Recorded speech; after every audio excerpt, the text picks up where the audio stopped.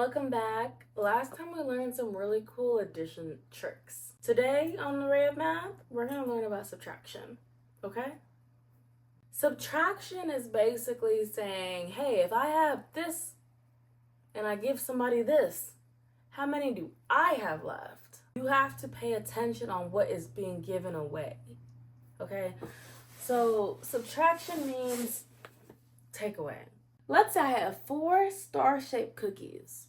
If I want to be nice and I want to give my friend 1 cookie,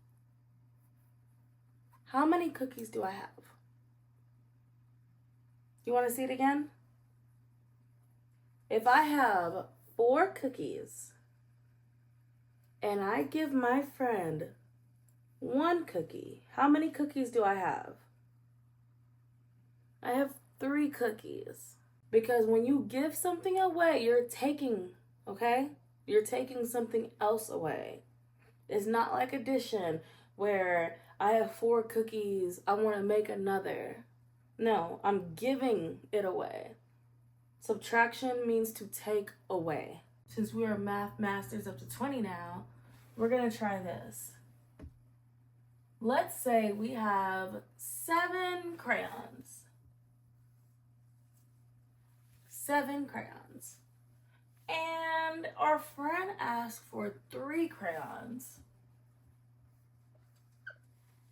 7.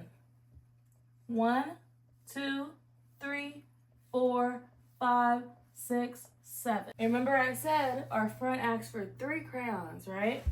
We're going to 1, 2, 3. We're left with 1, 2, 3, 4 crayons, because in total at first we had 7 crayons, but our friend asked for 3, which means we had to give up 3 crayons, which lowers the amount we have, which is why we ended up with 4. Now on the number line, if we're starting at 7 and our friend wants 3, 1, 2, 3. We are at 4. But if you're ever at home and you want to work on your subtraction, if you have crayons, blocks, toys, whatever, if you sit here and you're like, hey, what happens if I take away 2 toys from my pile? That's another way for you to practice, okay? So before you start doing that, count how many you have, take away whatever you want, and then count it again. You'll see the difference. Next time we'll learn about patterns and skip counting.